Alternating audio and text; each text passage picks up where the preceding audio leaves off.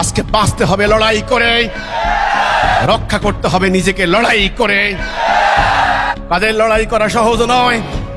আজকে দুনিয়া অনেক উন্নতি অগ্রগতি, এই ম্যাটেরিয়ালিস্টিক অ্যাডভান্সমেন্ট, আজকে প্রযুক্তিগত দিক দিয়ে তারা অনেক দূর অগ্রসর হয়ে গিয়েছে। কাজেই এখানে যারা এসেছেন, আমি আপনাদেরকে অনুরোধ করব, আপনারা শারীরিকভাবে যোগ্যতা অর্জন করতে হবে। নিয়মিত খেলাধুলা, শরীর চর্চা করে শারীরিকভাবে আপনারা যোগ্যতা অর্জন করতে হবে। 2 নাম্বার, মানসিকভাবে আপনারা সুস্থতা লাভ করতে হবে। যাবতীয় চাপ, যাবতীয় টেনশন থেকে মুক্ত হয়ে একাগ্র লক্ষ্যে একদিকে দৃষ্টি নিবদ্ধ করে হানিফ হয়ে সবরের সঙ্গে এই সংগ্রামের জন্য প্রস্তুতি গ্রহণ করতে হবে। 3 নাম্বার, আধ্যাত্মিকভাবে উন্নত হতে হবে। মানুষ শুধু বস্তুগত প্রাণী নয়, মানুষ আধ্যাত্মিক প্রাণী।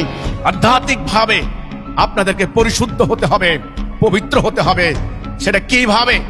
সেটা হবে যাদের হৃদয়ে একমাত্র আল্লাহর দাসত্ব থাকবে, যারা কোনো শিরিক করবে না, কুফর করবে না, যারা দুনিয়ার কোনো মানুষকে ভয় করবে না, যারা খালেস নিয়তে মুখলিসিয়াতের সাথে এক আল্লাহর উপর ঈমান আনবে। লা ইলাহা ইল্লাল্লাহ, আল্লাহ ছাড়া কারো সার্বভৌমত্ব মানি না।